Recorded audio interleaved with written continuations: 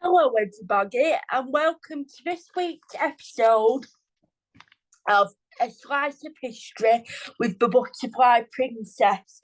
This week, I'm reading to you an article on celibacy and the church that was published in the Christmas 2024 edition of the BBC History magazine. Now, this article about celibacy and the church, why sex was a sin, was written by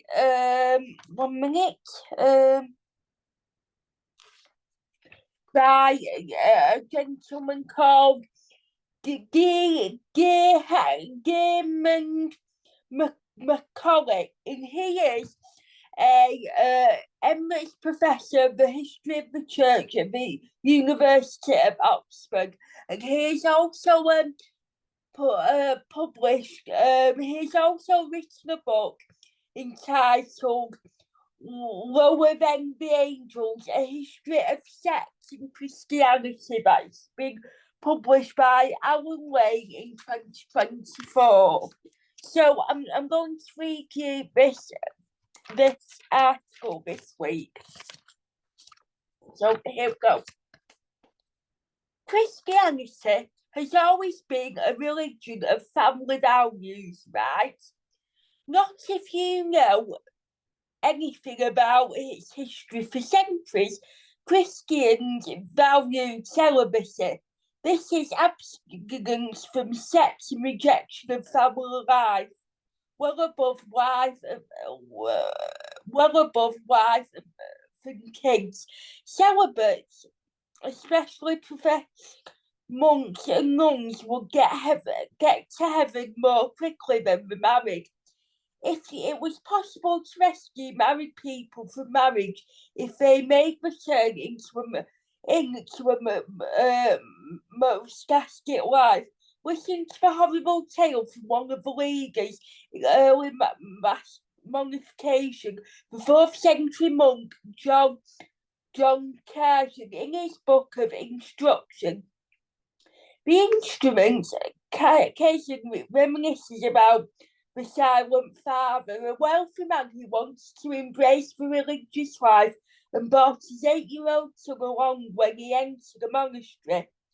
The abbot was having none of this, and seeking to sever the biological bond separated father and son in different institutions.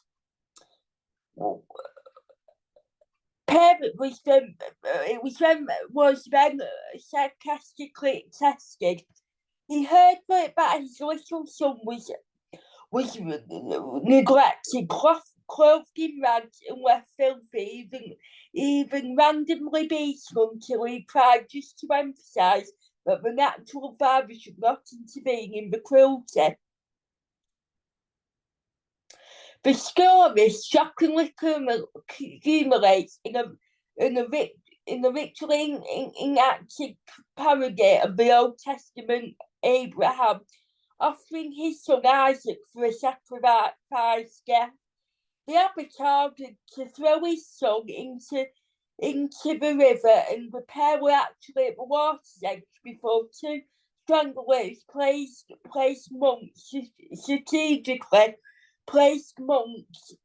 monks intervened to tell the father that he'd passed the test of loyalty to his new vocation.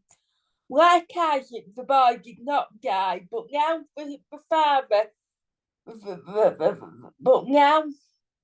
the father had lost everything from the past.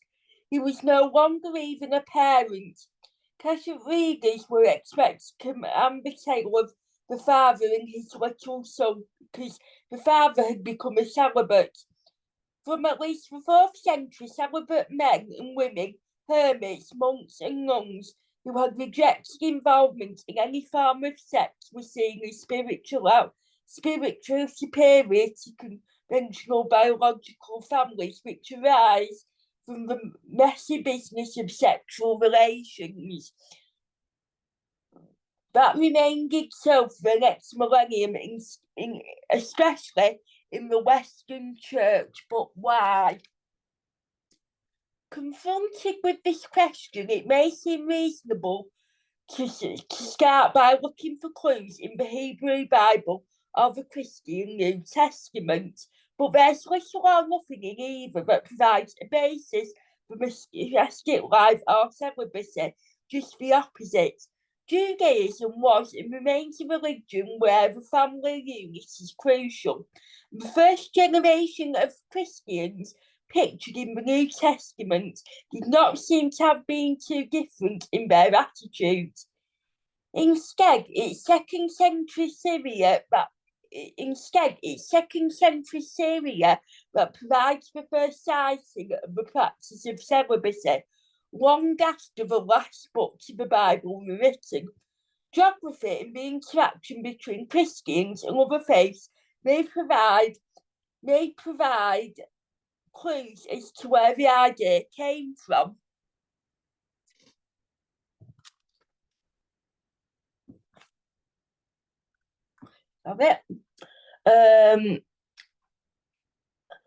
Syrians were the great entrepreneurs of the Eastern Mediterranean. They traded west into the Roman Empire, but also east in India, Central Asia, even China. What did they find in the East? Monasteries, communities of celibate, both Buddhist and Hindu. Syrian Christians may have noticed a good idea of profiting from its spiritual and exporting it back home. Whatever precisely happened, once many monasteries arrived, it was a huge success story. More and more Christians wanted to be monks, and monks became celibate, and nuns because celibacy placed them as near as possible to the angels, God's immediate servants. The angels were beings with a male character, but increasingly not so male in the Bible, where you'd be well advised to lock up your daughters. Well, they were around. If humans can be a little lower than the angels, a phrase in the epigraphs to the Hebrews, monks saw themselves as the nearest humans to the angels' males, but not too male. Abstinent fathers. A complication arose in the 4th and 5th centuries when two different classes of males thought of themselves as little angels, monks, and urchins. Urchins were an important part of Christian society at the time, servants to the emperors and empresses and generals in the Byzantine Empire. In the Byzantine Church, several of the essentially archbishops of Constantinople were confusing things further. Quite a few monks were also in for ambitious young men. Castration might offer a chance for a career advancement under the Byzantine Empire. Monastic life expanded further when the Christian Church aligned with the Roman imperial power, and celibacy became a personal choice in a society that otherwise offered limited choices to most people. Indeed, celibacy provided a chance for individuals to approach union with God by embracing a sort of living martyrdom at a time when actual martyrdom was no longer a possibility, because Rome had inconveniently replaced prosecution with financial persecution. Two of the empire's best known early modern monastic leaders was someone in Egypt, a marketing of chosen girl were former soldiers. When they moved from one single sex organisation to another army to monastery, they drew on their experiences of Roman military discipline to lead their communities in campaigns of prayer against spiritual powers surrounding Christians. Wandering celibates. Down the years, differences developed between Eastern and Western monasterisms. Following John's teachings, Benedict of Nursia, creator in Italy, the most influential of our Western orders, condemned the Eastern customs of 2 of the 3 monks living together and monks wandering outside on any one community. Both forms of celibacy remain common in Eastern Christian monotheisms, whereas it was the 13th century before the West revealed a carefully controlled variety of wandering celibates known as friars or brothers. Most importantly, its monasteries became central to the life and culture of Western Europe. The Western Church took a step unique in Christian history. It forged together 2 different vocations, celibacy and priesthood. This was part of a wholesale reconstruction of Western society led by successive popes, especially Gregory, who was both head of the church and a monk in what is often characterised as the Georgian Reformation or even Revolution. Originally, very few monks had also been priests, and most priests were married, but from the 11th century, Gregory and other Western church leaders forbid marriage altogether to deacons, priests, and bishops. The logic was that involvement in sex, even marital sex, brought impurity, and impurity threatened the dynastic calling of clergy to celebrate the masses. A radical divide now chopped Western society into 2 halves, clergy and laity. As the modern historian Darren Elliott points out, the consequences say that a clerical celebrate elite requires a laity of a logic that still shapes Roman Catholic theology of Christian marriage. Once again, ideas were mountmuttering because previously Christian marriage could actually involve rejecting sexual contact. Between the 4th and the 10th centuries, in both Eastern and Western Christianity, you will find stories of saintly husbands and wives, married celibates. One of the most popular of Anglo-Saxon saints, the highborn abbess Ethelred was veneered even though she refused to have sex through 2 successive royal marriages. All this changed during the Georgian Revolution as marriage, one sec, let me turn the page.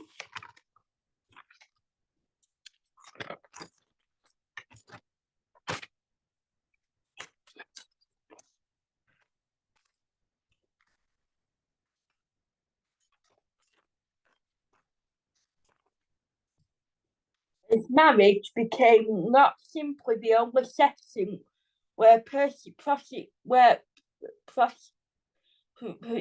procreation should take place, but was defined by procreation and as much as possible. This notion is no older than in the 11th and the 12th centuries. In the 16th century, Martin Luther and his fellow Protestant reformers challenged this neat, tried version of society by rebelling against what they saw as the corruption of the old Western Church. The chief symbol of this corruption was the celibacy of the clergy.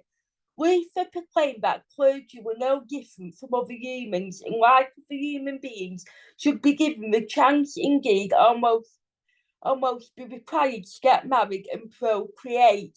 Luther set an example by marrying a former nun, Katharina von Baren, enjoying a happy family life.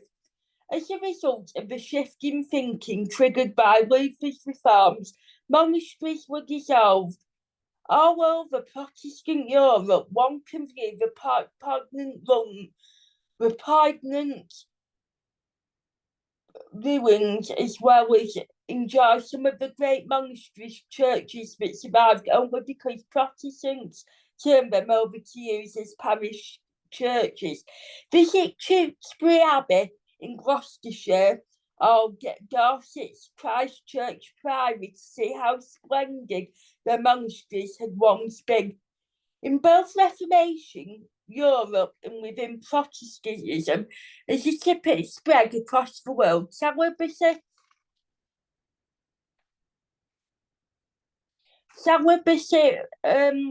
became regarded not just as second best to marriage, but worse than second best to popish expiation. Clergy families once more took a leading role all over Protestant Europe. In fact, their presence in the community made role models for the other families. Here I should declare a vested interest. I came from one of those clerical right. Yet once again there was a reaction as the Western Church viciously with medieval attitudes to celibacy. The Council of Trent, which flashed out the Counter-Reformation Catholicism, fought back against procrastination, pronounced the most solemn curse possible on anyone claiming that the married state excels the state of virginity or celibacy, and that there is better and happier to be united in matrimony than to remain in virginity or celibacy. There was also an expansion in the forms of celibate life available to the faithful of the emergence of Jesus, better known as the Jesuits, founded in 1540. The society was from that of an international organisation that offered celibate men religious training. In turn, Jesuits offered elite lay families a broadly based and sophisticated education for their sons. Female celibate aliens and Jesuits allies of the Jesuits, the youth performed a service for girls. In countries where the Catholic Church held sway, the idea of the Counter-Reformation was in the ascendancy for 2 centuries. But then in 1789 came the French Revolution. This particular targeted priestly celibacy in a stately, more brutal campaign against the power of the old church. Clergy was hunted down for death in prison or exiled, and that their only reliable safe course was to marry. When something of the old Catholic framework returned after 1801, the year Napoleon and Rome thrashed out a deal agreeing the status of the church in France, more than 3,000 members of the clergy, including around 1,000 monks and nearly 3,000 nuns, sought papal absolution for the sins they had committed over the previous decade. In bewildering times, it's likely many more choose not to reveal what they had done. Decline of the West. Priestly celibacy was restored in the newly assertive Catholic Church, but in the 20th century it faced new challenges, with many Catholic clergy or potential clergy hoping to see it made optional. Instead, Pope Paul VI reaffirmed its compulsory name in 1967. Many priests renounced their public ministry to marry. In the West, numbers seeking ordaination down in a decline. Among Catholics in many parts of Africa, where marriage is considered irregular for everyone, regardless of custody status, the reaction was simply to carry on as usual and to look bewildered on Catholic priests who cherish spouses and offspring. In Africa, Pacific vocations to their priesthood have continued to flourish.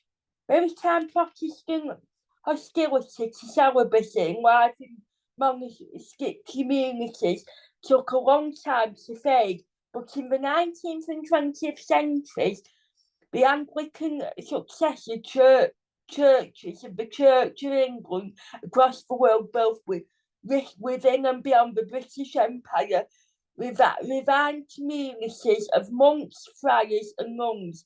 Other churches have experimented with communities welcoming celibates or exploring religious communal life. Think of the comical established in 1938 when a team led by the Scots Presbyterian minister George MacLeod began the restoration of the island's ancient abbey. Even while celibate numbers have fallen across the Western world, these new developments show the continuing livelihood and adaptability of the ideal. Hospitality, always a basic principle of Benedictine monastery, has blossomed into the venerable industries of and guides spiritual. Fascinating monasteries and nunneries appeal to so many precisely because of their counter realistic work. They are devoted to what an ancient Greek philosopher called the order. For all the historical tensions over the role of celibate religious orders, monasteries and nunneries continue to draw us in. Above all, perhaps when we need a break from the hurly-burly of family life. And now I would like to read you a bit of an extra thing about Christian women and sex and celibacy. So less sex, more power. How celibacy helped early Christian women find their voice. Women were involved in the celibate enterprises as early as men, and in Christianity's first recognisable celibate group, which appeared in Syria in the 2nd century, we see celibacy offering female believers liberating opportunities. Syria was a pioneer in Christian music and the involvement of women as well as men in public musical activities within the group radically influenced gender conversations in the Greco-Roman world, but women should keep silence in public. These pronto nuns were preserved from scandal by the holiness of their celibate states. That is not to say, however, that early nuns didn't run into tension with conversational male societies. They could face hostility even from monks worried about their own emotions. One Egyptian monk turned aside from the road to avoid meeting some travelling nuns. He was rebulled by their abbess, who pointed out, if you had been a perfect monk, you would not have looked at us, you would not have known that we were women.